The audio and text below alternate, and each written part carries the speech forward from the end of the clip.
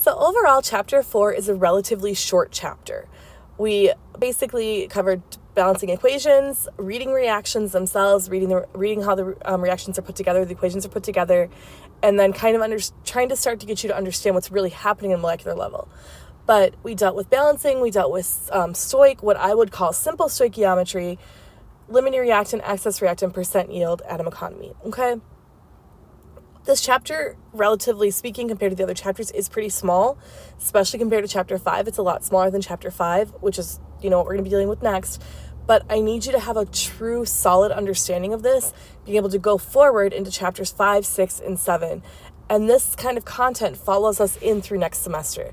So please work these problems. Please make sure you're comfortable. And please stop yourself while you're working the problem itself and ask, do I understand what's happening? And can you see in your mind what's actually occurring? So first, just a little more practice on balancing equations. So we've got two different examples here. The first example, we've got CO2O3 reacting with C, giving me CO and CO2. Now, it's probably best that you guys I read these as formulas because I don't think about, I know in the back of my mind what their names are, but it's probably best that at this point you guys start practicing them and actively put names towards these as well. So when I see CO2O3, before I get to balancing, I want to talk about the naming here. This is an ionic compound. I've got cobalt and I've got oxygen. So I have an ionic compound here. So I need to follow ionic nomenclature to name this. I'm going to split this apart and I see I have 2 COs and I have 3 oxygen. Cobalt, or CO, is a transition metal, so it has a variable oxidation state. But oxygen, I know, is always -2. If I have 3 oxygens at -2 apiece, I know this means this is an overall 6- charge, or -6, whatever way you want to write that. I have 2 cobalts, they need to equal up to a +6 charge, which means each cobalt is +3. So I would write this as cobalt 3 oxide.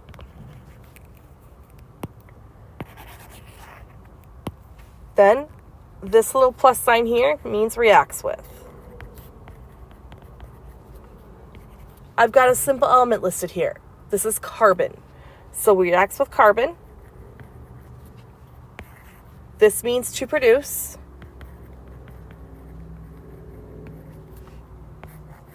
Got an element here. Do not mix up CO and CO.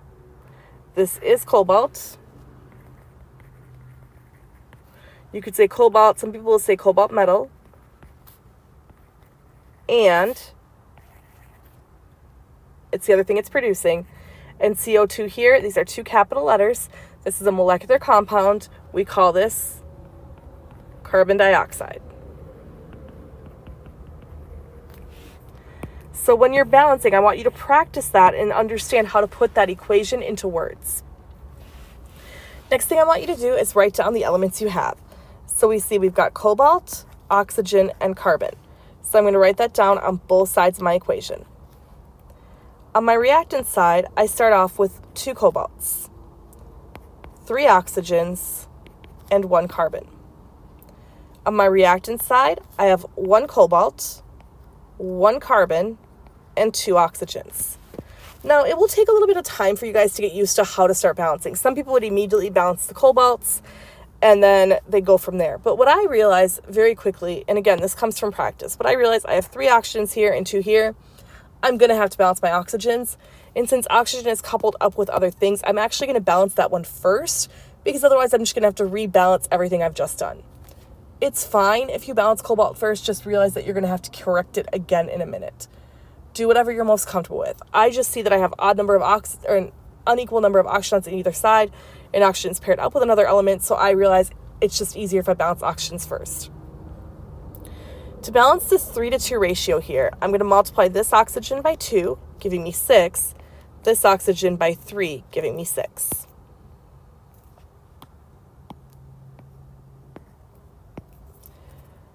That's going to put a 2 in front of my cobalt 3 oxide and a 3 in front of my carbon dioxide.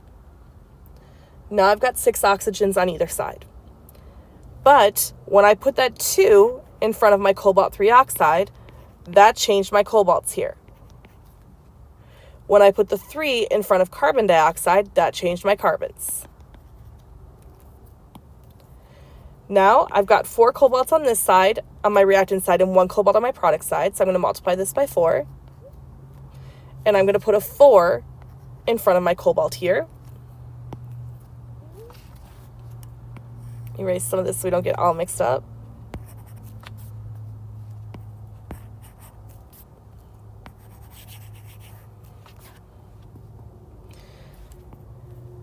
And lastly, I need to balance my carbons. I have 3 carbon here, so I'm going to multiply this by 3 to give me 3 carbon here as well. Now if I look through this, I'm going to erase all this work just to show you really quickly. It does still balance out, or it balances out now actually. It did not before. 2 times 2, 4 cobalt. 2 times 3, 6 oxygen. 3 times C, 3 carbon. 4 times CO, 4 cobalt, 3 times C, 3 carbon, and 3 times 2, 6 oxygen. So now the reaction is in fact balanced and balanced correctly. I still read that reaction as cobalt 3 oxide reacts with carbon to produce cobalt metal and carbon dioxide. But if I wanted to be specific, I would say 2 moles of cobalt 3 oxide react with 3 moles of carbon to produce 4 moles of cobalt metal and 3 moles of carbon dioxide.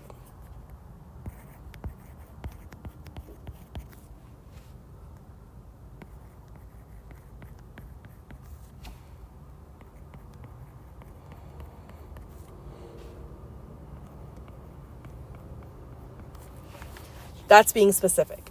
But even just saying it without the moles, we need the moles to be able to do stoichiometry. But saying it without the moles, we can still balance the equation. So it's still technically correct to say these are reacting. It's just better practice to tell me how many moles are reacting. Okay. Calcium nitrate decomposes on heating, producing calcium oxide and gaseous nitrogen and oxygen. Write the balanced equation for this reaction. What is the coefficient on oxygen gas when this equation is balanced and using the smallest whole number coefficients? So I've got calcium nitrate, decomposes on heating, gives me calcium oxide, gaseous nitrogen, and oxygen. First, I need to find calcium nitrate. I know calcium is Ca2+. I know nitrate is NO3-. Therefore, calcium nitrate is Ca, parenthesis, NO3, close parenthesis, 2. Only use parentheses when you need multiple of a polyatomic. This decomposes on heating. This means heating. And produces calcium oxide. So calcium oxide, calcium is Ca2+. Oxide means oxygen, which is O2-. So CaO. This is a solid. And it will produce gaseous nitrogen. Nitrogen is a diatomic. And oxygen, which is also a diatomic.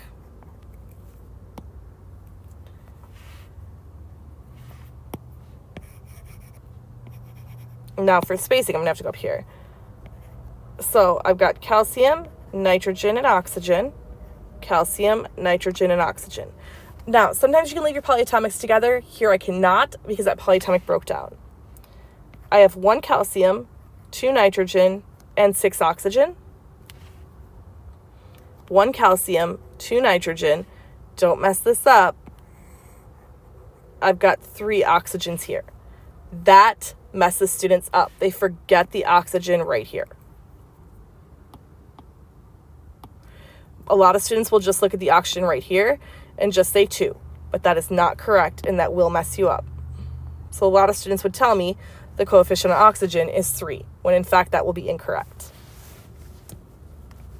So how am I going to balance this out? I got an odd number, even number.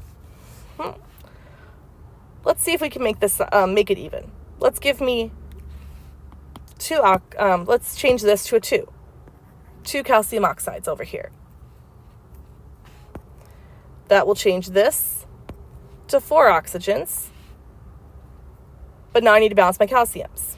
So now I've got 2 calciums on my product side. I'm going to put a 2 in front of here. That gives me 2 calcium nitrates. That changes my nitrogen. and my oxygen. So now I have 4 nitrogen, and I have 6 times 2, I have 12 oxygen.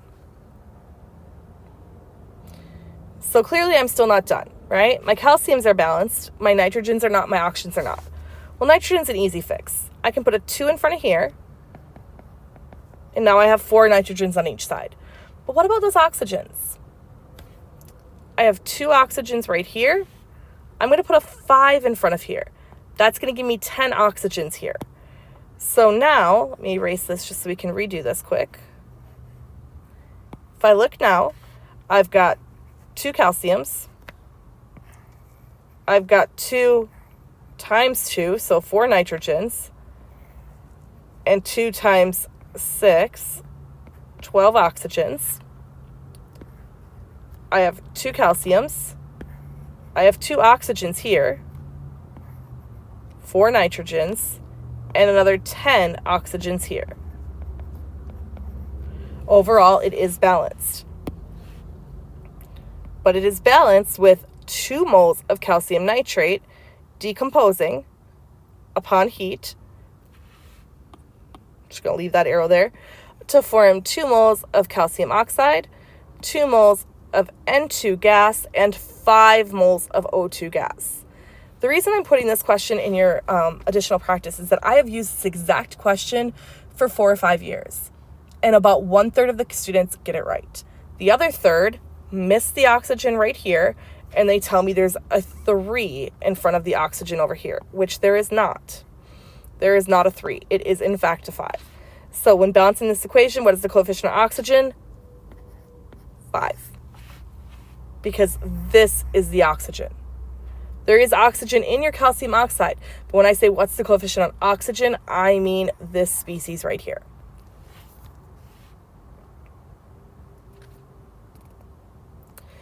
If 98.0 grams of B2O3, molar mass is 69.62 grams per mole, and 125 grams of HF, molar mass is 20.01 grams per mole, are combined and allowed to react according to the given equation, what mass of the excess reactant will be left over? First thing you want to do is make sure that your reaction is in fact balanced. Usually they will be, not always. So please check to make sure it's balanced. We've got boron, oxygen, hydrogen, and fluorine. Boron, oxygen, hydrogen, and fluorine. 2 borons, 3 oxygens, 6 hydrogen, 6 fluorine. 2 boron, 3 oxygen, 6 hydrogen, and 6 fluorine. So we are balanced. We are good to move forward with the reaction, or with the stoichiometry specifically. The next thing I like to do is I like to write at the equation what I've given. So I know I have 98 grams of B2O3, and I know I have 125 grams of HF.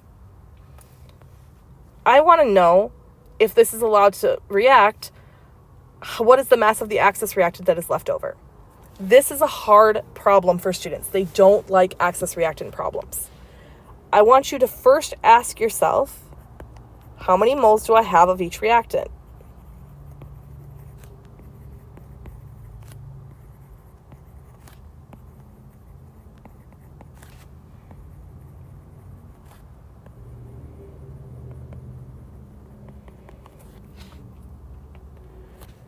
So, how many moles of B2O3 do I have?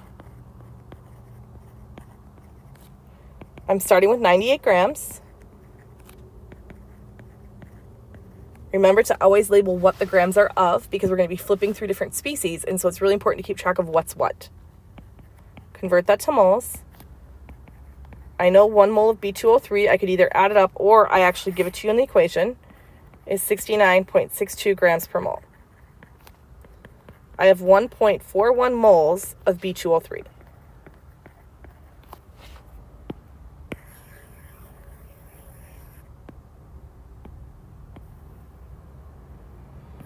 And just because we're going to have spacing issues on this slide, I'm going to shrink this and move this over here. And number of moles of HF.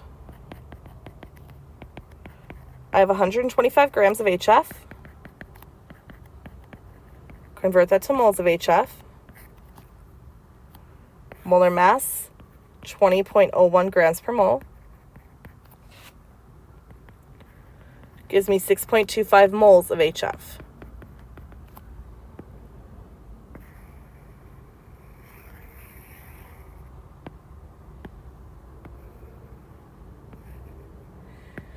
Now I want to take a second and just kind of talk, what does that mean, number of moles? That's the number of particles that can actually be involved in reacting. And I started with 98 grams of B2O3 and I got 1.41 moles of B2O3. I started with 125 grams of HF, which is higher, but I got a lot more moles. Does that make sense? Well, yeah, one molecule of HF is a lot smaller. It weighs a lot less than one molecule of B2O3. So far my math does make sense. I want you to then ask yourself, do I have enough moles of one reactant to completely react all of the other reactant? So I'm specifically going to ask,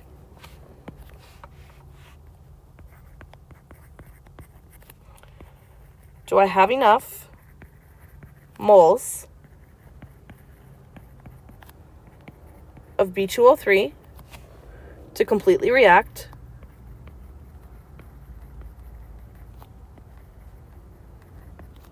all of my HF? Now, why did I pick specifically B2O3 to HF? Truthfully, just because it was written that way, because B2O3 was written first. It doesn't matter. Sometimes you're going to answer this question, the answer is going to be yes, and sometimes you're going to answer it and it's going to be no, I don't have enough. You won't know that, though, until you do the math. So how do I find out?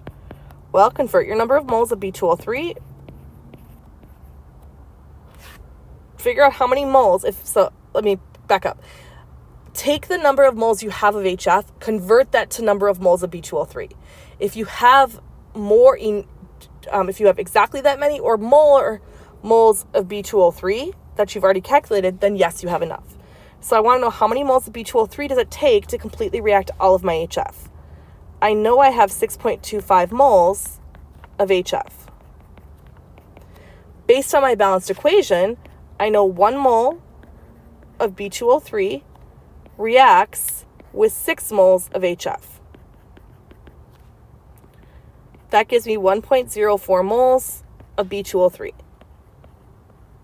What that means is that I need 1.04 moles of B2O3 to completely react all of my HF.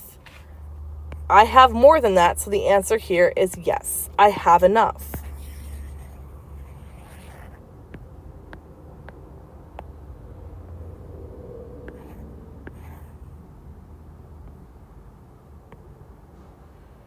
So again, to completely react 6.25 moles of HF, I need 1.04 moles of B2O3, and I have more than that.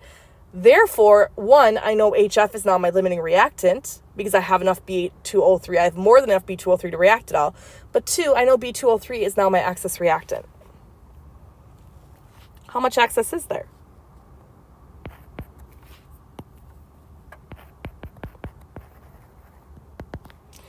I know I have 1.41 moles of B2O3 available.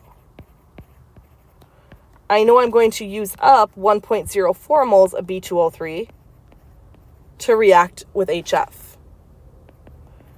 So that would leave me 0.37 moles of B2O3 in excess. How many grams is that? Well, I just need to calculate it.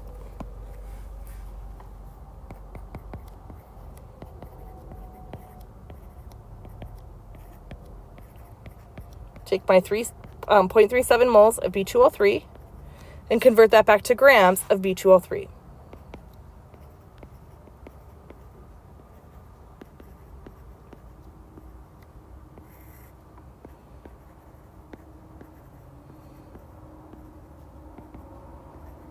Sig figs here, 2. Why do I have 2 sig figs? Because I have 2 decimal places here, 2 here, 2 decimal places here. So I'm down to 2 sig figs. 26 grams of B2O3 in excess. So how much excess, what massive excess reactant will be left over? 26 grams of B2O3 will be left over once all of the HF is completely reacted. So I want to ask you a question right here. We asked a question above.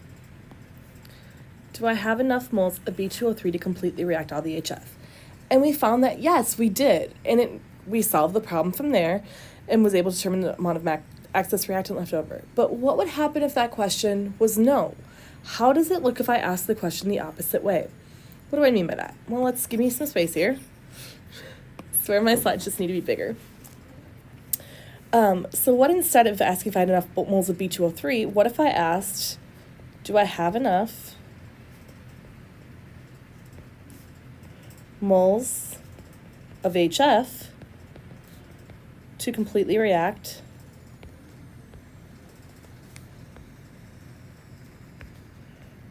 all B2O3?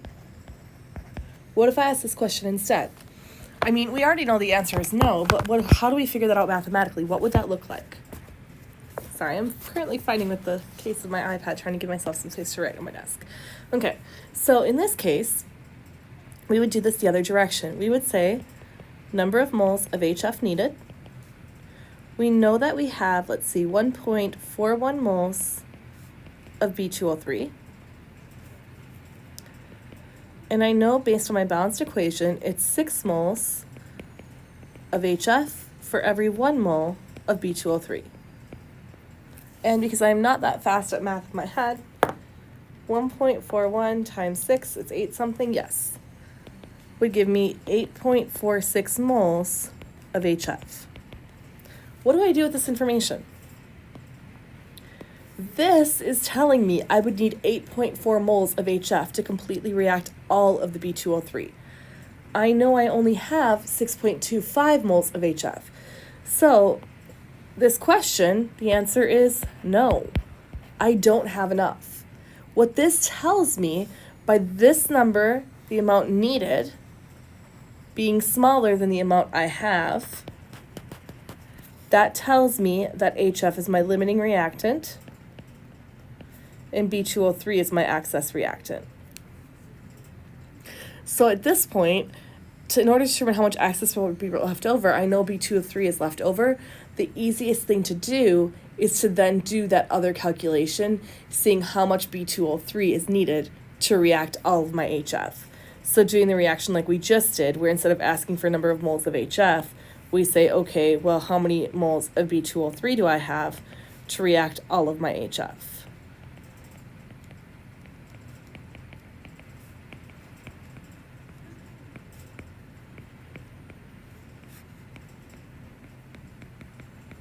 Which, again, we just completed this previously. But sometimes you're going to get that, and you're going to see that, no, I don't have enough. What I need isn't high enough. If that happens, if you get a value here that's bigger than the amount you actually have, it means that whatever you were looking at is a limiting reactant. You have a limit of it. You don't have enough present, so you need to do the math the other direction. How do I know which way to do it? I don't until I do the problem. Sometimes it becomes more intuitive as you work problems more. Sometimes you'll just luck out. Sometimes you're just going to get to the answer and it's going to say, nope, I don't have enough, and you're going to have to go the other direction. What mass of oxygen gas is required for the complete combustion of 10 grams of propanol, C3H7OH? So we've got C3H7OH. We want to know mass of oxygen. We're going under complete combustion, and we got 10 grams of propanol. Complete combustion means that we react with O2 to form CO2 and water. I need to balance this thing. Let me move this down here until it's balanced. Let's balance this first. Carbons, hydrogens, oxygens. Carbons, hydrogens, oxygens. Let's add up what we got first. We've got 3 carbons, we've got 8 hydrogens, and we've got 3 oxygens. On this side, 1 carbon, 3 oxygens, and 2 hydrogens.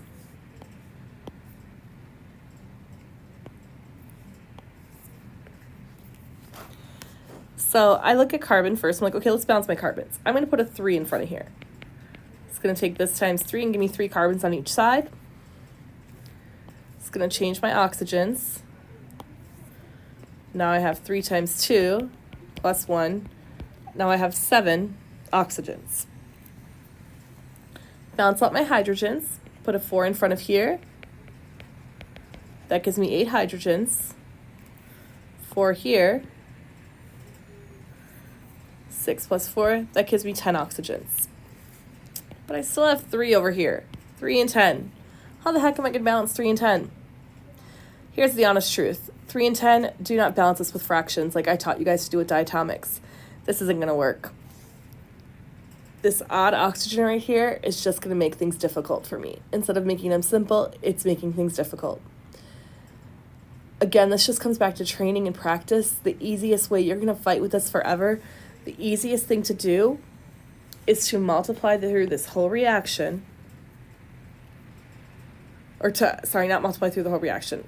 Do not multiply through the whole reaction. I want you to put a 2 in front of here. Let me find a color that you can actually see.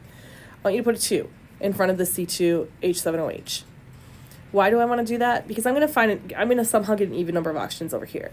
Because I have 1 oxygen right here and 2 here, the easiest way to do that is to multiply my propanol by 2. When I do that, of course, it messes up all my numbers, and so I have to start over. But trust me when I say it's worth it.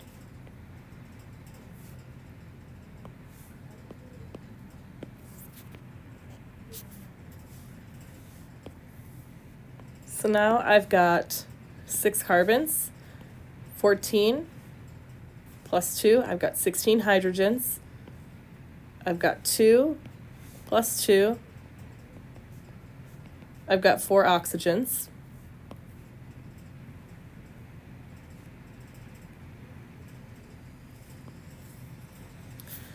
Now to balance my carbon on the other side, I'm going to put a 6 in front of here.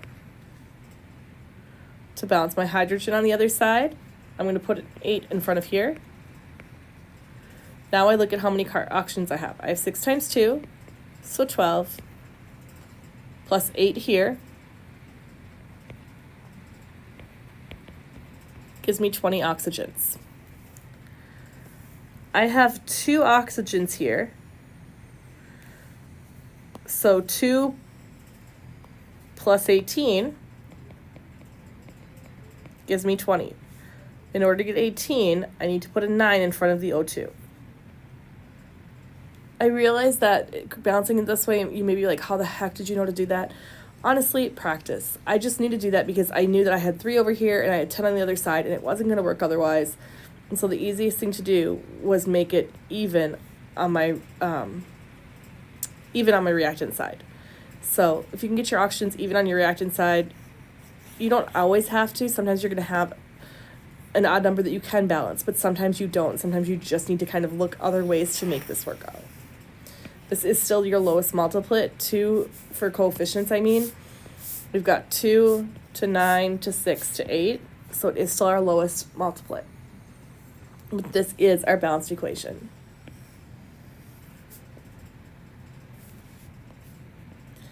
So we've got 2 moles of C2H7OH, also known as propanol, reacting with 9 moles of water. This produces 6 moles of CO2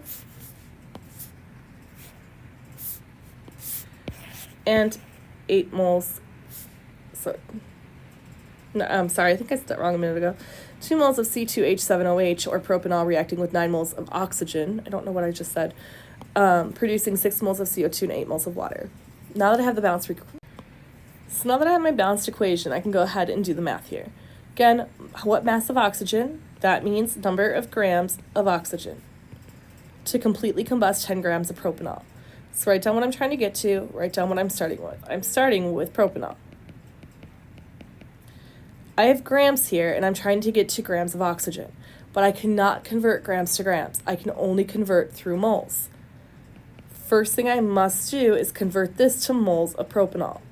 I know 1 mole of propanol is equal to the molar mass of propanol, so I add that up. I've got 3 carbons, 8 hydrogens, and 1 oxygen. That equals out to 60.09 grams of propanol.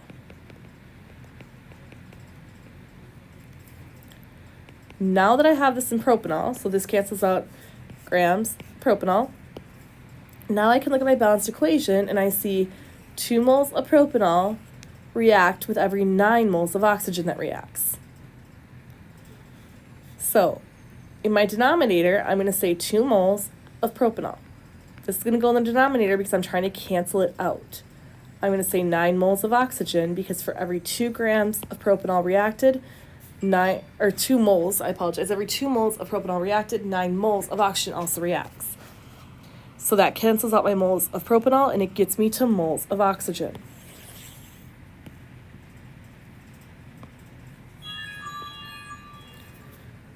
Now that I have moles of oxygen, I can easily convert to grams of oxygen. Oxygen is O2, so make sure that you're adding up the molar mass for O2.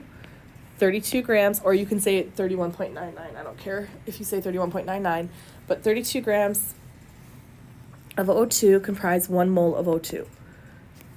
This cancels out my moles of O2.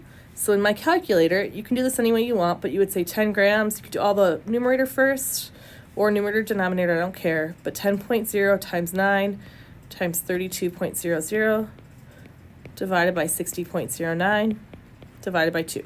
Okay, plug that in your calculator. You get 24.0 grams of O2. Why 24.0? 3 sig figs, exact, 4 sig figs, 4 sig figs, and exact.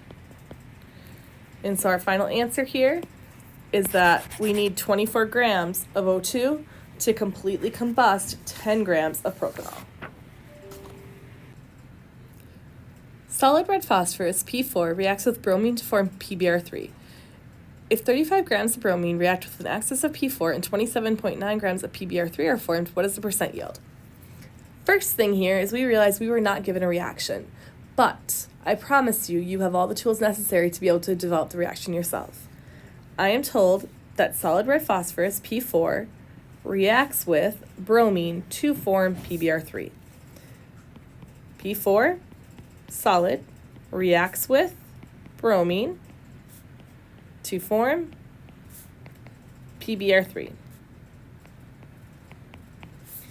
Solid red phosphorus reacts with bromine, diatomic, liquid at room temperature, only nonmetal that's liquid at room temperature, to form PBr3. Now, the solid PBr3 part, you wouldn't know that, but the rest of that, other than just this piece right here, you can get from the question itself.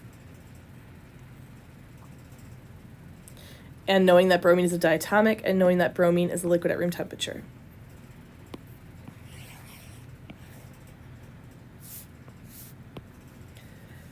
We're told that if 35 grams of bromine, so we've got 35 grams, react with an excess of P4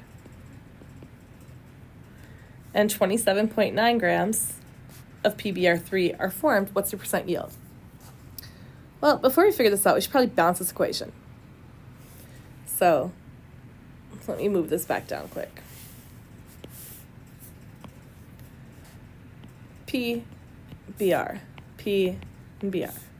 4 and 2, 1 and 3. I'm going to put a 4 in front of here to balance out my phosphorus, but that also gives me 12 bromine. Multiply the 6 here to get 12 here. So this is our balanced reaction. We know that 1 mole of P4 reacts with 6 moles of Br2 to form 4 moles of PBr3, and that's it. We also know that we have 35 grams of Br2 reacting with excess P4 and forming 27 grams of PBr3. That 27 grams, this is my actual yield. How do I know that? Because I say 27 grams of PBr3 are formed. Why is that important? What's percent yield? Percent yield is your actual yield divided by your theoretical yield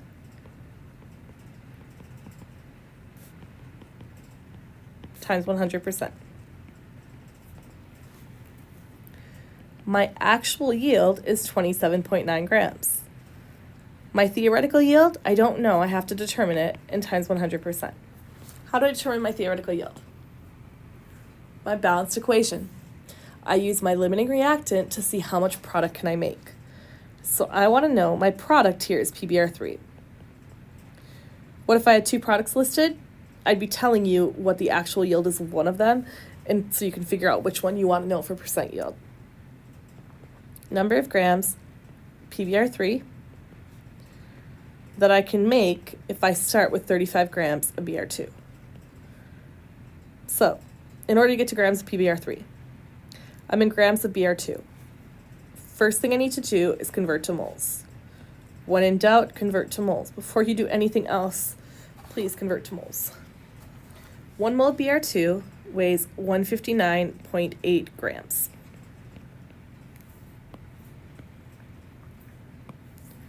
Now that I've got moles of Br2, I can convert to moles of PBr3. I see 4 moles of PBr3 are produced for every 6 moles of Br2 reacted. Now I'm in moles of PBr3, now I can convert to grams of PBr3. The molar mass of PBr3 is 270.7 grams of PBr3 per 1 mole of PBr3.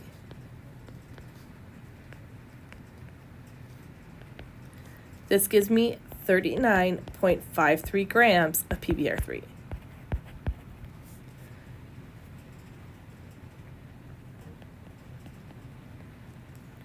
So I know that theoretically I could make 39.53 grams of PBr3. What I actually isolated was 27.9 grams of PBr3. So I take the ratio of those two and multiply it by 100%. I'm multiplying by 100% to get it out of decimal form and into percent form. 70.6%. This has 3 sig figs. This also has 3 sig figs. I just carried an extra number here, but the sig figs stop at the 5. And so the percent here is your unit. So my percent yield is 70.6%.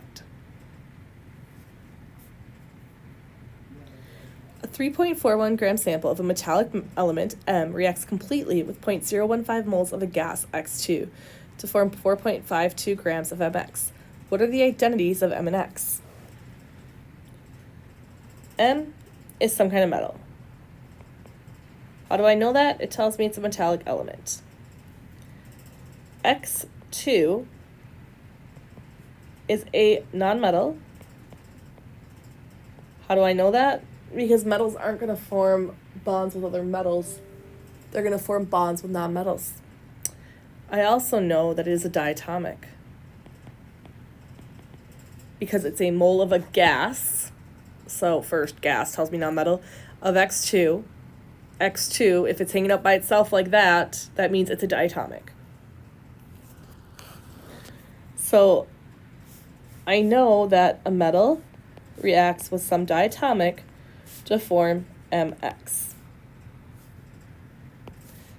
I know to balance this, I need to put a 2 in front of here and a 2 in front of here. I know that I have, 3.41 grams of this metal. I know that I have 0.0158 moles of X2, and I know I produce 4.52 grams of Mx. So how can I go about this? What do I do? I have a few questions I want to ask. First, how can we determine identities?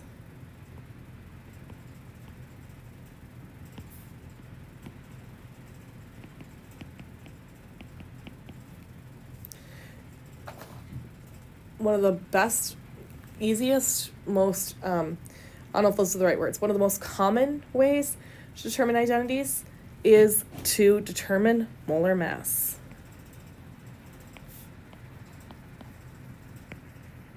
We determine molar mass all the time to identify what something is. Remember, molar mass is equal to grams over moles. So if I can figure out the grams of something and I can figure out the moles of something, I can determine what the heck that thing is. So I know the grams of M, I know the moles of X2, and I know the grams of Mx. So how can we determine the identity of X? Well, let's first actually look, before we look at X, let's look at M. I know that I have 0.015 moles of X2. I know that based on my balanced reaction, 1 mole of X2 reacts with 2 moles of M to produce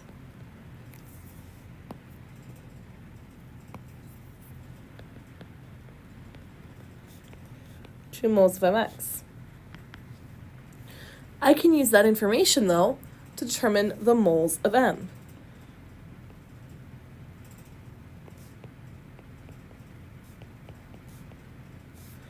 So I want number of moles of M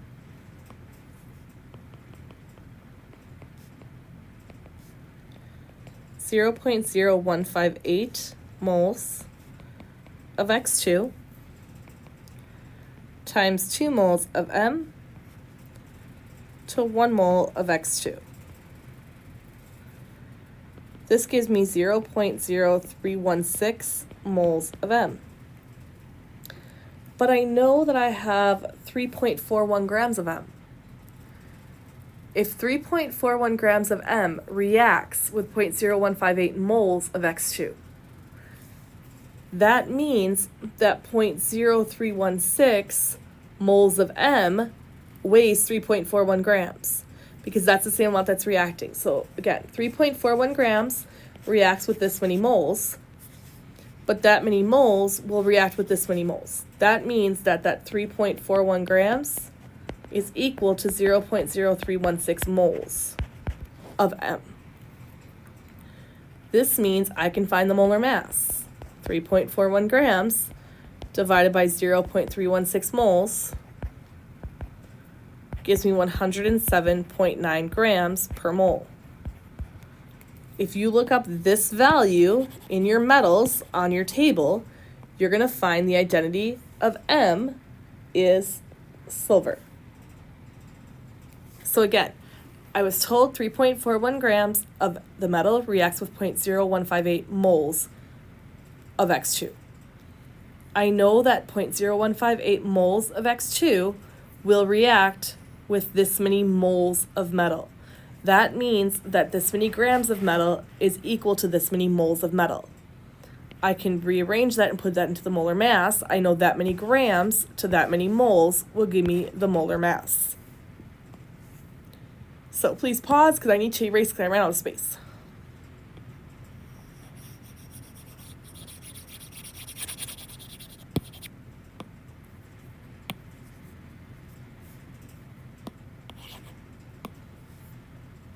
Okay, I know the identity of M now, but how can I determine the identity of X?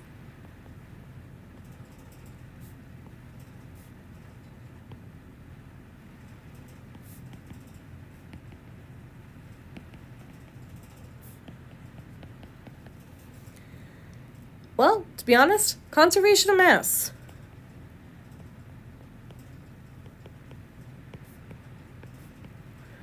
This concept I told you guys to keep in the back of your mind, but that we don't think about much. So we can determine the mass of silver in the product.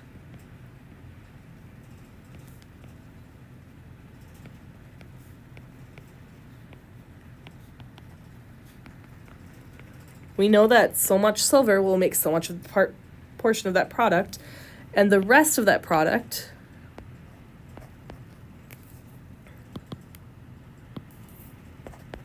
or remaining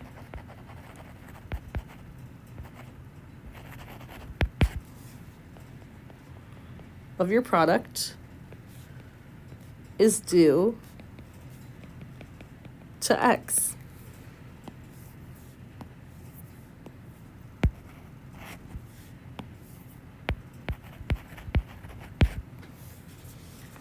So if I've got 4.52 grams of MX, I know 3.41 grams is due to M. That means 1.11 grams is due to X. Just like before, we can figure out molar mass. We know molar mass is grams per mole.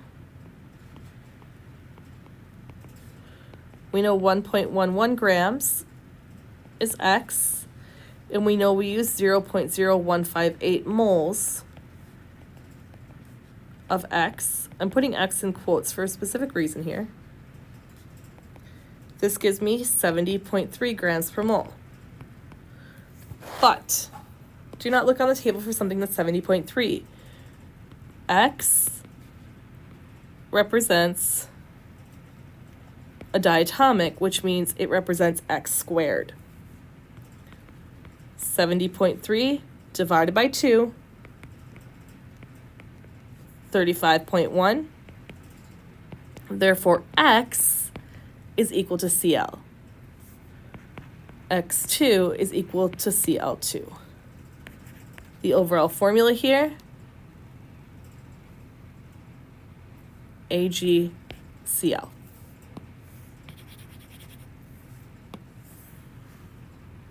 So Ag plus Cl2 give you AgCl. 2 moles of silver react with 1 mole of chloride, a chloride molecule to form 2 moles of AgCl. Chlorine molecule, sorry.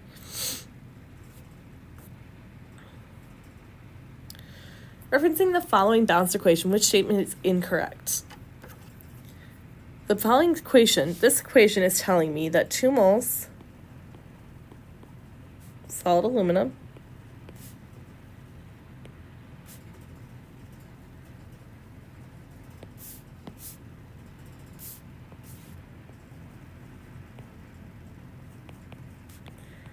reacts with 6 moles hydrochloric acid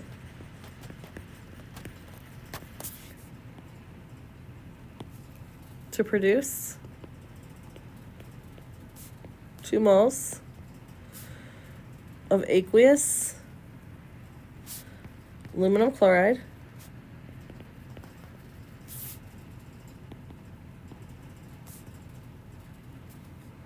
and 3 moles of hydrogen gas. So, the production of 2 moles of aluminum chloride consumes 6 moles of HCl. That is correct. It's asking me which statement is incorrect, so that one is correct. I'm going to cross that out. 2 moles of aluminum metal produces 3 moles of molecular hydrogen. That is correct. 2 moles of aluminum metal reacts with 6 moles of hydrochloric acid. That is correct. 2 moles of aluminum metal reacts with 3 moles of molecular hydrogen. That is incorrect. So technically, I guess you could also say that this is also incorrect. I don't know. But D is the answer here. Aluminum metal reacts with oxygen gas to form aluminum oxide. If 2.5 grams of aluminum reacts with 2.5 grams of oxygen to produce 3.5 grams of aluminum oxide, what is the percent yield of aluminum oxide? Okay, first let's get our equation out. Aluminum metal, so Al solid, reacts with oxygen gas, so O2, to form aluminum oxide. Aluminum, Al3 plus, oxide, A2 minus, so formula Al2O3.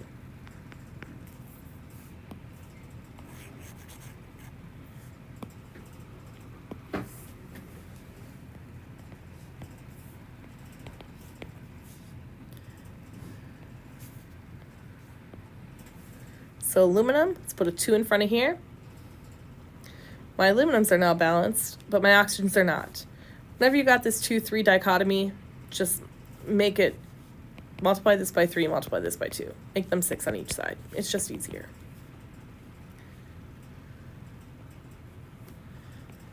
When I do that though, now I've got 4 aluminum. So I'm going to put a 4 in front of my aluminum over here as well.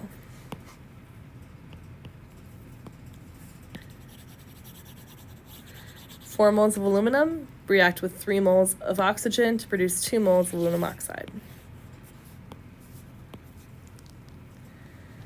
So, what do we got? Move this up a little bit more.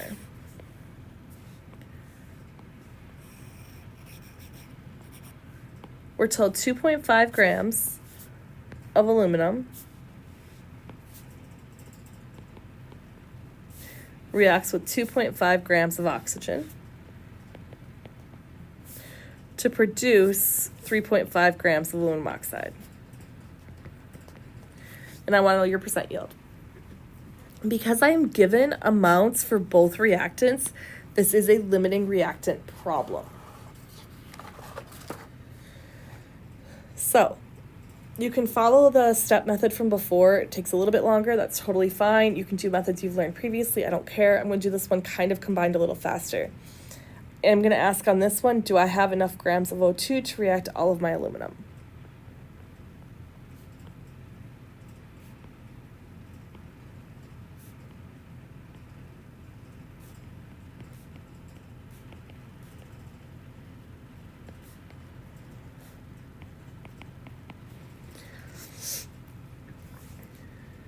Number of grams of O2 I need to react all of my aluminum. I've got 2.5 grams of aluminum. Convert that to moles. 1 mole of aluminum is 26.98 grams. Now that I've got moles of aluminum, I can convert to moles of oxygen. I see that 3 moles of oxygen react for every 4 moles of aluminum reacted. Got moles of aluminum. I'm going to convert this to moles of to grams of oxygen now.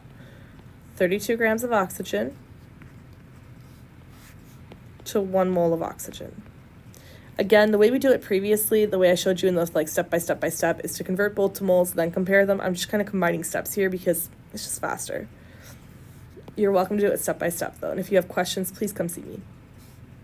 Grams of aluminum, canceled. Moles of aluminum, canceled. Moles of O2, canceled. This gives me 1.48 grams of O2. What does this number mean? This number means that I need 1.48 grams of O2 to completely react all of my O2. Do I have enough? Yes. This also means that aluminum is my limiting reactant.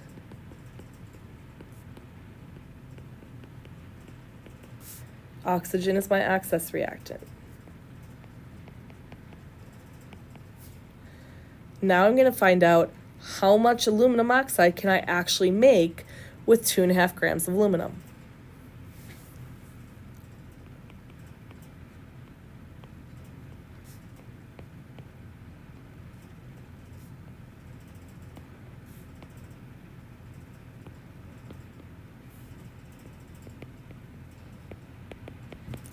Why?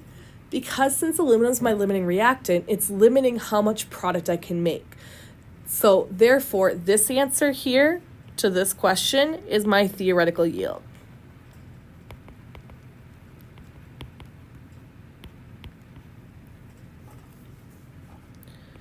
So number of grams, Al2O3.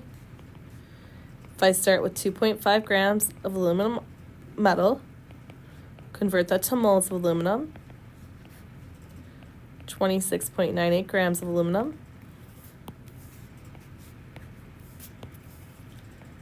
Now convert that to moles of aluminum oxide.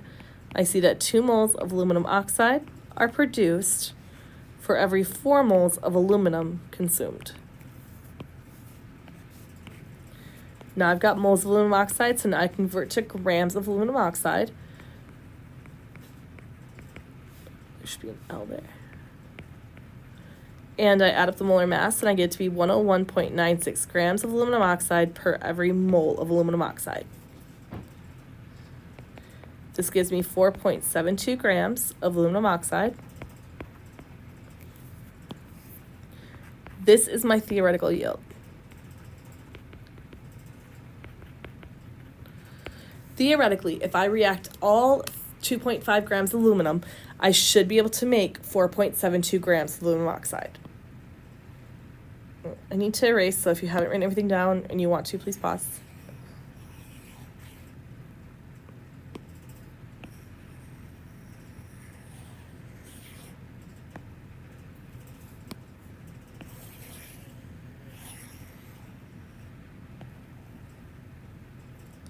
Because I want to know the percent yield.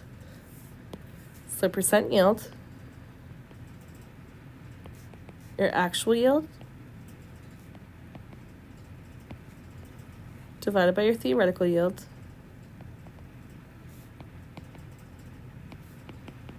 times 100%. Actual yield was 3.5 grams. Theoretical yield was 4.72 grams. So 74% is my actual percent yield for this reaction. So this combines limiting reactant and percent yield.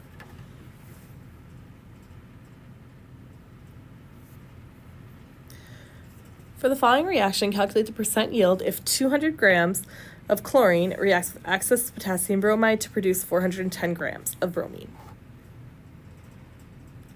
Gives you a reaction, check quick that it's balanced. It is not balanced, so I'm going to put a 2 in front of here, a 2 in front of here, and now it is balanced. So step 1, always make sure the reaction is balanced.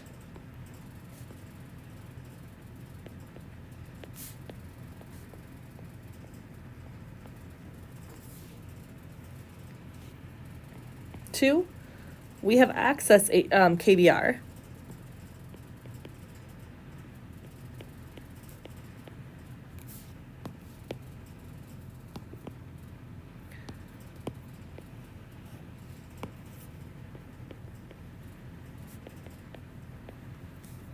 So we only need to calculate the amount of Br2 produced based on that 200 grams of Cl2.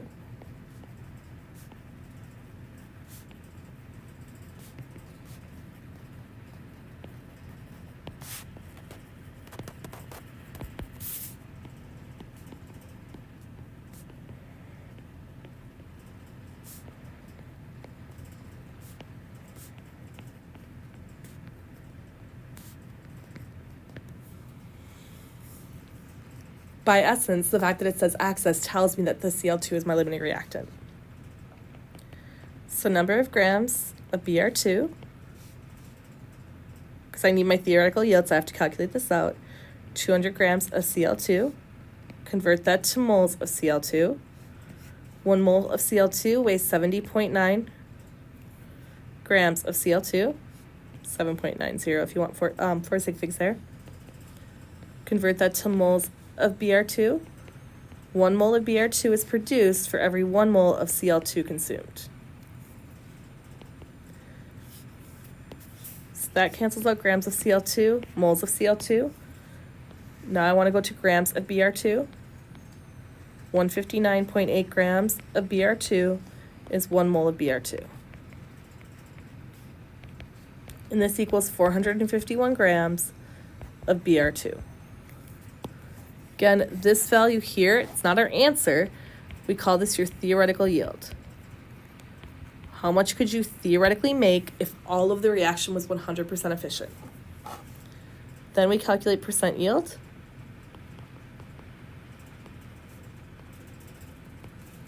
It's your actual yield.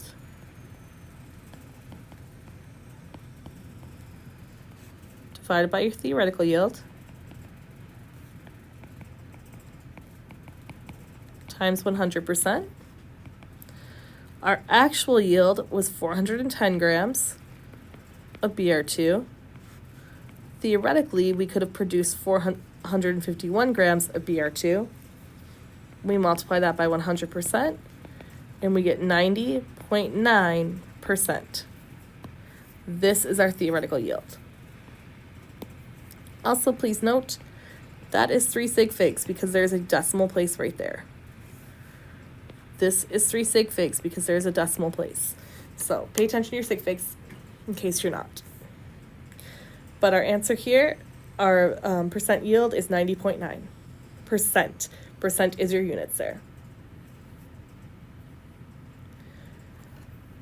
When solid potassium chlorate is heated, it decomposes to form potassium chloride and oxygen gas. What mass of oxygen gas is produced by the complete reaction of 75 grams of potassium chlorate? Well, I guess the first part is remember what potassium chlorate is. Potassium, K plus, chlorate, Cl3 minus. So KClO3 tells me it's solid. Decomposes on heat, that little triangle means heat, to produce KCl and oxygen. Potassium chloride is KCl, so K plus Cl minus. And then I need to balance this. I've got this oxygen thing going on, this 3-2 again, so I'm going to put a 2 here, a 3 here. Now I've got 6 oxygens on each side. I put a 2 here. My reaction is now balanced. I want to know mass of oxygen gas, so number of grams of O2, if I completely react 75 grams of potassium chlorate. First, convert to moles of potassium chlorate.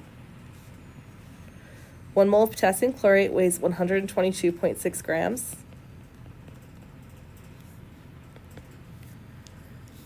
At this step, I'm in moles of potassium chlorate, so I can convert to moles of oxygen. I see 3 moles of oxygen are produced for every 2 moles of potassium chlorate consumed. But I want mass. Mass means grams, because moles is a number.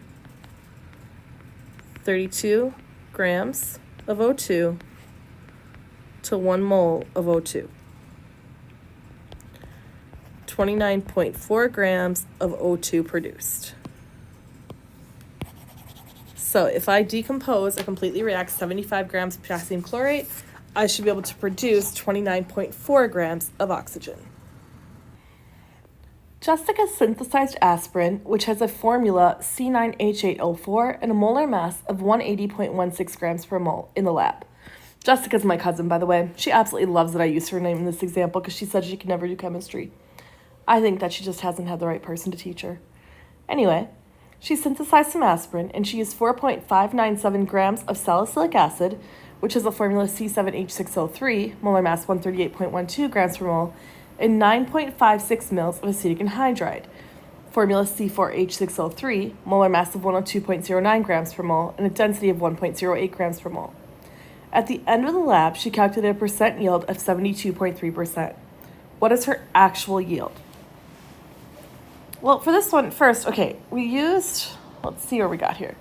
We used 4.59 grams of salicylic acid and 9.56 mils of acetic anhydride. So we've combined C7H6O3, we're going to call this SA for salicylic acid, plus C4H6O3, we're going to call this AA for acetic anhydride. And we produce aspirin, C9H8O4, plus whatever's left over, which happens to be acetic acid, CH3COOH. So this is our aspirin, and then this is acetic acid. We're told that we use 4.597 grams of salicylic acid,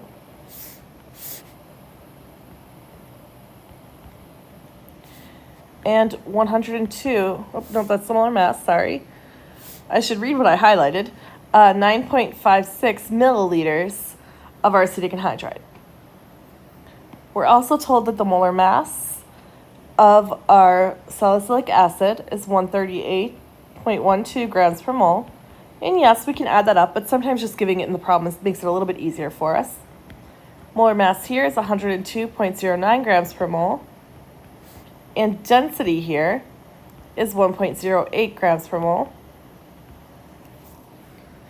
And aspirin molar mass is 180.16 grams per mole. At the end of lab, she calculated a percent yield of 72.3%. So what's her actual yield? Well, I guess I kind of have to work backwards a little bit. Remember what percent yield means. 100% yield is your actual yield, or sorry, yes, your actual yield. I'm not going to be able to fit this well here, but we're going to try. Divided by theoretical yield.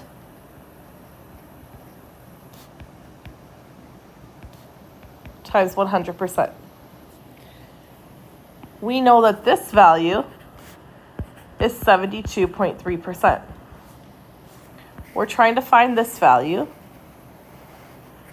And so we're going to calculate this value so we can eventually calculate the actual yield. How do I know I need to calculate theoretical yield? Because I know I can calculate theoretical yield with the values given. And I want to know the actual yield. I was given percent yield. So the only way to do that is to, well, work backwards. How do I determine the theoretical yield? Well, we're going to follow the steps to figure out which one is our limiting reactant. So step 1, convert everything to moles. So how many moles of salicylic acid do I have? I started with 4.597 grams of salicylic acid. Convert that to moles. 1 mole of salicylic acid is 138.12 grams of salicylic acid. That gives me 0.03328 moles of salicylic acid. I also determine the number of moles of acetic anhydride I have.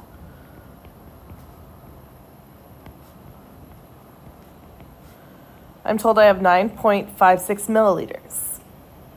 But I'm given density, and I can use density to convert to grams. 1.08 grams of acetic anhydride to 1 milliliter acetic anhydride. That cancels out my milliliters, gives me grams. Now I can use molar mass. 1 mole of acetic anhydride is 102.09 grams of acetic anhydride. And I calculate this out to be 0.101 moles of acetic anhydride. Now, this one is a little bit easier because by the balanced equation I can see that 1 mole of salicylic acid reacts with 1 mole of acetic anhydride to form 1 mole of aspirin and 1 mole of acetic acid. If I didn't have a 1-to-1 ratio there, I would have to do the math to figure out which one is my actual limiting reactant. But because everything is 1-to-1, I can see really quickly that this is my limiting reactant. Why? Because if I convert this to moles of aspirin, 1 mole of aspirin to 1 mole of salicylic acid, I get 0.03328 moles of aspirin. If I convert this to aspirin, 1 mole of aspirin to 1 mole of acetic anhydride would give me 0.101 moles of acetic anhydride. This just makes less aspirin. So therefore, I know this is my limiting reactant. I know I can produce 0.0328 moles of aspirin because I have 0.0328 moles of salicylic acid. But I also ran out of space. So pause the video if you need to write anything down.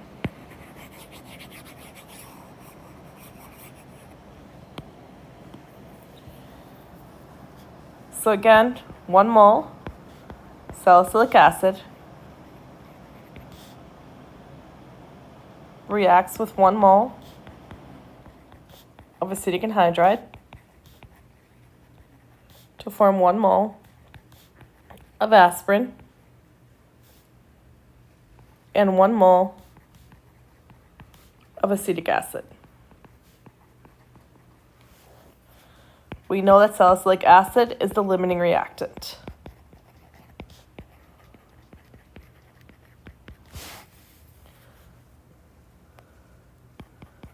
So number of grams of aspirin that I can make, I know 0.0328 moles salicylic acid. I know I already wrote this process out, but we'll write this out again. Convert that to moles of aspirin. 1 mole of aspirin to 1 mole of salicylic acid.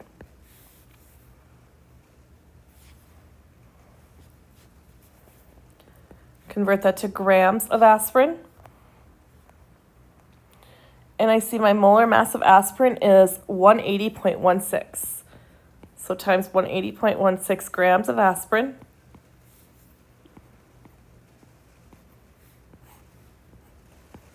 to 1 mole of aspirin.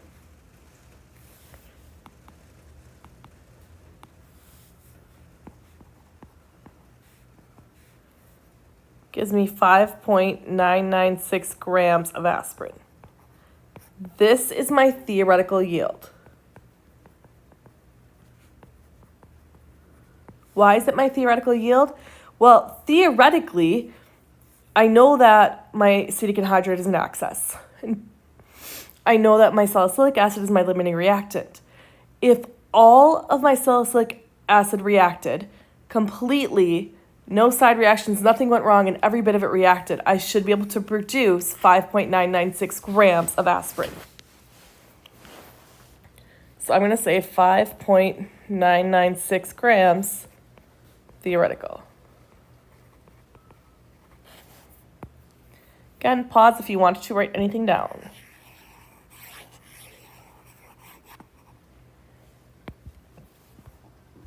So, I know percent yield is equal to actual yield. You know, spelling was never this hard until I had to start teaching completely online. Divided by theoretical yield times 100%. I know this equals 72.3%. So I know 72.3% equals my actual yield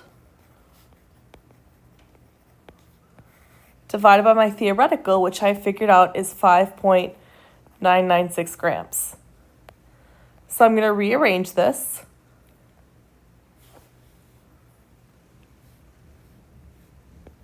My actual yield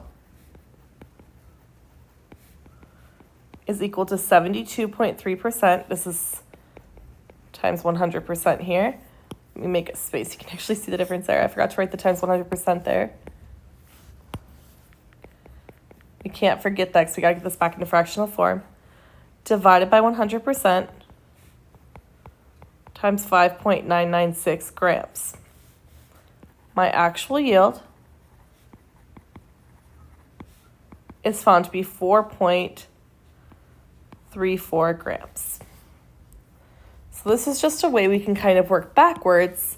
If we're told our percent yield, we can figure out our theoretical yield if we know how much we started with, and we can actually calculate our actual yield.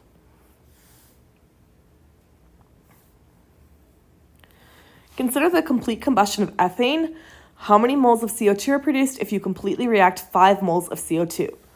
We look at this reaction, we see, is it balanced? Let's check quickly if it's balanced. 4 carbon, 12 hydrogen, 14 oxygen, 8 plus 6, 14 oxygen. So now we look back and say, okay, we've got complete combustion of ethane. Cool, we're good there.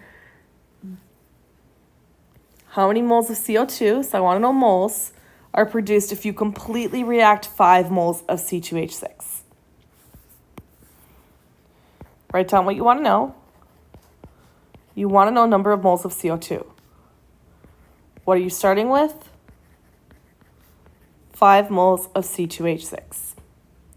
How can I get between those two species? My balanced equation.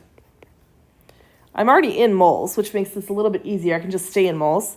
I'm going to put moles of C2H6, also known as ethane, in my denominator, and moles of CO2 in my numerator.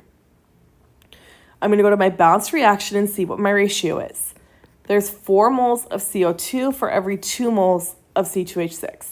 I realize that that number is the same as saying, 2 to 1, just put what is in your balanced equation. The math will work out in the calculator and you won't have to stress about it and you won't make other mistakes. So 5 times 4 divided by 2, 10.0 moles of CO2. Since it asked me for moles, I don't have to continue on and calculate grams at all. I just need this value here.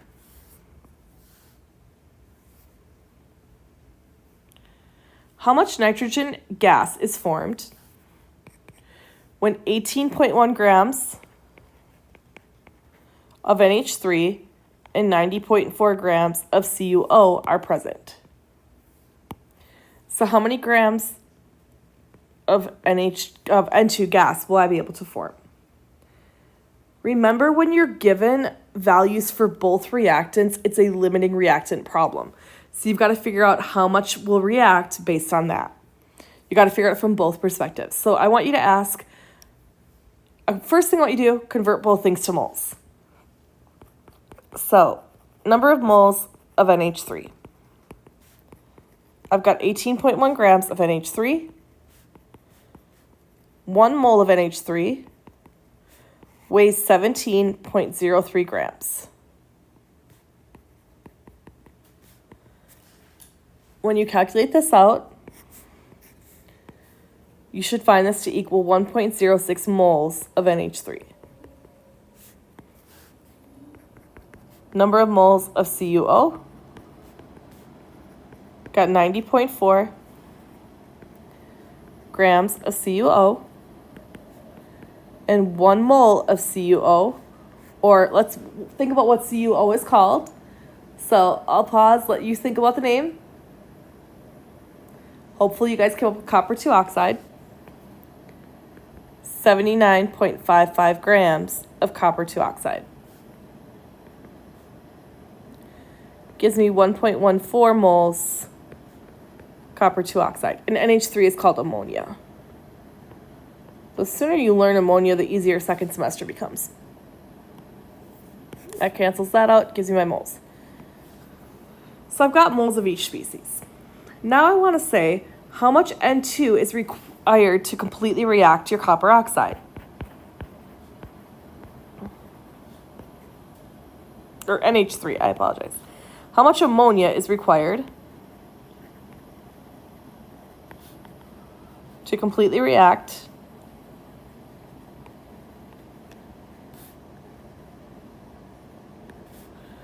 all of your copper 2 oxide? Well, let's see. Number of moles of NH3. If I've got 1.14 moles of copper 2 oxide. I know there's 2 moles of NH3 reacting for every 3 moles of copper 2 oxide.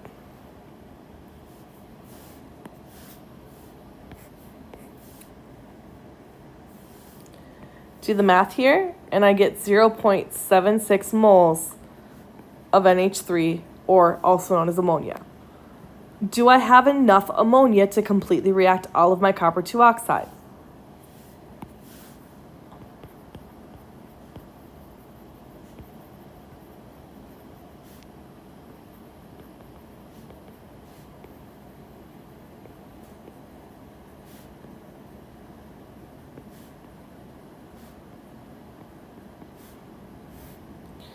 I need 0.76.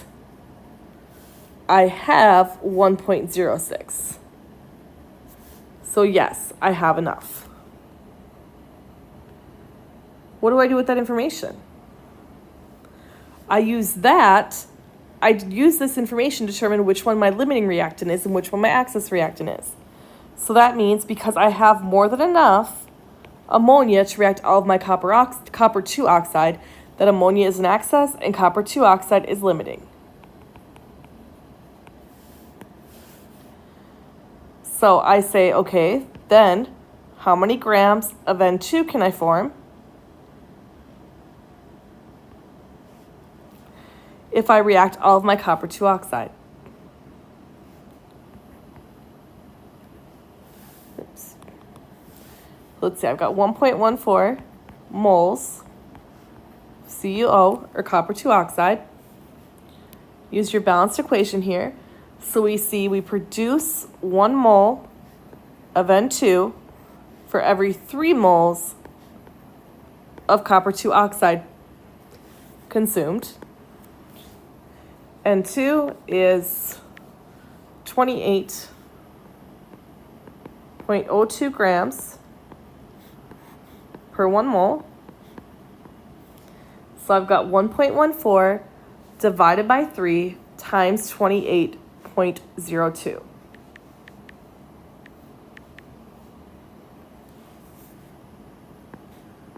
Calculate this out, and I get 10.6 grams of N2.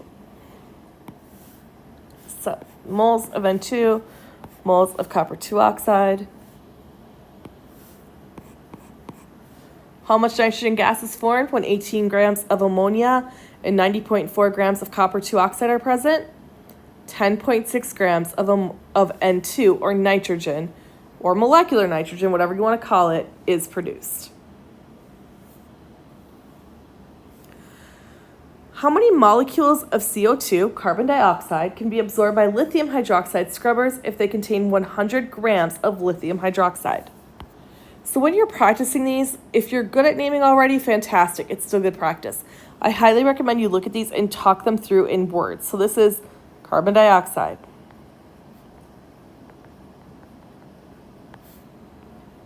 Lithium hydroxide.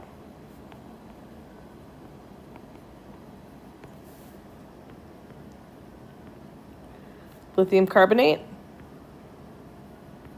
And of course, water. So this one, I want to know number of molecules of CO2 absorbed by lithium hydroxide scrubbers if they contain 100 grams of lithium hydroxide. So I want number of molecules of CO2. I've got 100 grams of lithium hydroxide. Convert that to moles. Lithium hydroxide. Add up the molar mass of lithium hydroxide. Lithium's pretty small. Oxygen, I don't know its exact weight, but it's only the third element on the table, so it's got a pretty low weight. Oxygen is 15.99 and hydrogen is 1.008. This adds up to 23.95 grams of lithium hydroxide per 1 mole.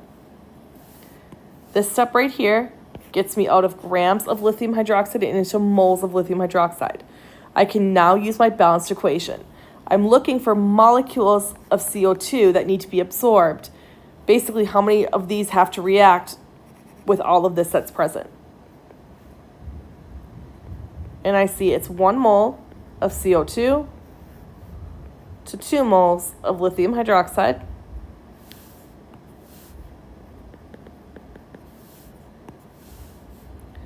Just changing colors all over here. Now that I have moles of lithium hydroxide, I want to know molecules. This is Avogadro's number.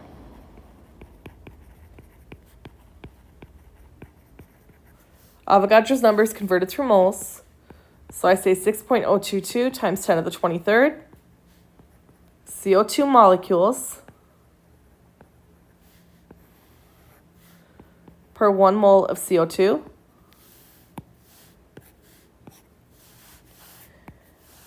And this gives me 1.257 times 10 to the 24th CO2 molecules.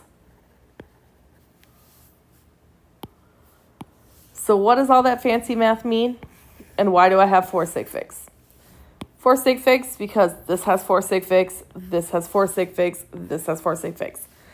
All this means is that if I am trying to do this reaction, so lithium hydroxide scrubbers are going to scrub or absorb carbon dioxide by reacting with it, forming lithium carbonate and water. When it does this, if I have 100 grams of lithium hydroxide, it can pick up 1.257 times 10 to the 24th CO2 molecules. And our last example, an alloy of iron, 71%, cobalt, 12%, and molybdenum, 17%, has a density of 8.20 grams per centimeter cubed. How many cobalt atoms are there in the container or in a cylinder of this alloy with a radius of 2.5 centimeters and a length of 10 centimeters. So it's asking me for cobalt. It's telling me it's got your density here. Whoops, thought I had the highlighter on. Density here. 1 cobalt atoms. Radius of 2.5 centimeters. Length of 10 centimeters. I know that I have a sample that is 71% iron, 12% cobalt, and 17% molybdenum. I am going to make an assumption here. I am going to assume I have a 100-gram sample. If I have a 100-gram sample, I get my conversion factors. 71.0 grams of iron per 100-gram sample. 12.0 grams of cobalt to 100-gram sample.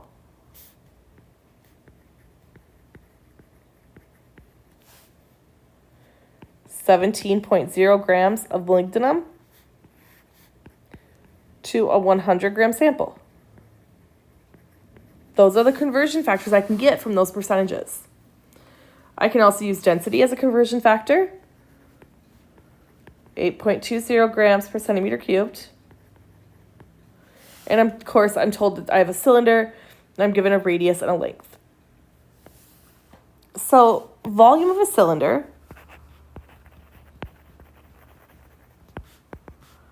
is pi r squared times h. So pi, my radius, 2.50 centimeters squared, and my length or height is 10 centimeters. This gives me a value of 196 centimeters cubed. I now have volume. I really want to know cobalt atoms. Number of cobalt atoms are going to come from moles. Moles are going to be related through mass. I have volume. But I have density. And density is going to allow me to convert from volume to mass. So my mass is equal to 196 centimeters cubed times 8.20 gram sample. Got that here. Per 1 centimeter cubed sample. If I had exactly 1 centimeter cubed, it would equal 8.20 grams. So it's just the ratio. This cancels out my centimeters cubed of my sample and gives me my grams of sample I have based on the amount I actually have, which is 1,607.2 gram sample. I'm going to underline the 0 here to hold on to my sig figs, but I don't want to round quite yet because I don't want to create round off error. To get to here, a lot of students often ask me, how do I know what step to take? How did I know to do that next? To be honest, it just, for me, I think about the units and it kind of just what makes sense to me. I know that I've got some kind of cylinder here and I've got a radius and a length.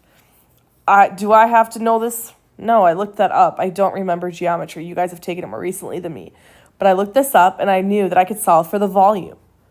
I know that if I have volume, I'm probably going to be given density. And I can use density to convert to grams. So I just know in the back of my head that I may or may not need that density, but this is giving me volume. Therefore, yes, I'm going to use that density. Now I've got to grams, and if I get to grams, I have no problem getting to cobalt atoms. So I want to know the number of cobalt atoms. I know I have a 1,607.2 gram sample. Technically, my sig figs are valid to the tens place here.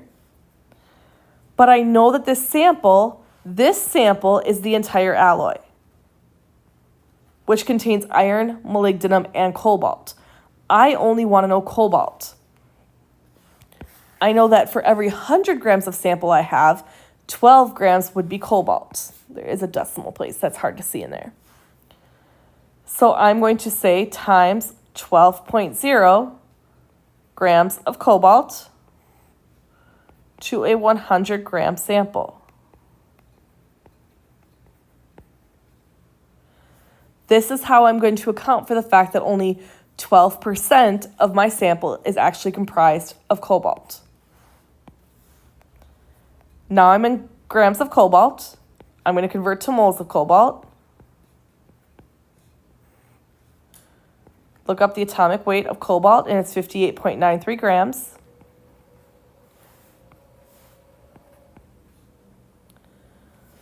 This cancels out my grams of cobalt and gives me moles of cobalt.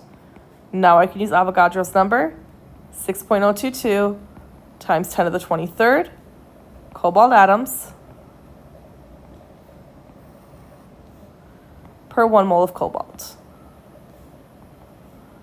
Gives me 1.97. Now I'm keeping to my 3 sig figs, because I do have 3 sig figs in my value, times 10 to the 26th cobalt atoms.